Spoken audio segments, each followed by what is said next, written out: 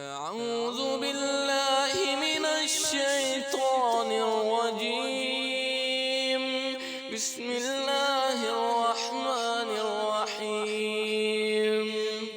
ألهاكم التكاثر حتى زرتم المقابر، كلا سوف تعلمون ثم كلا سوف تعلمون، كلا لو تعلمون علم اليقين لترون الجحيم ثم لترونها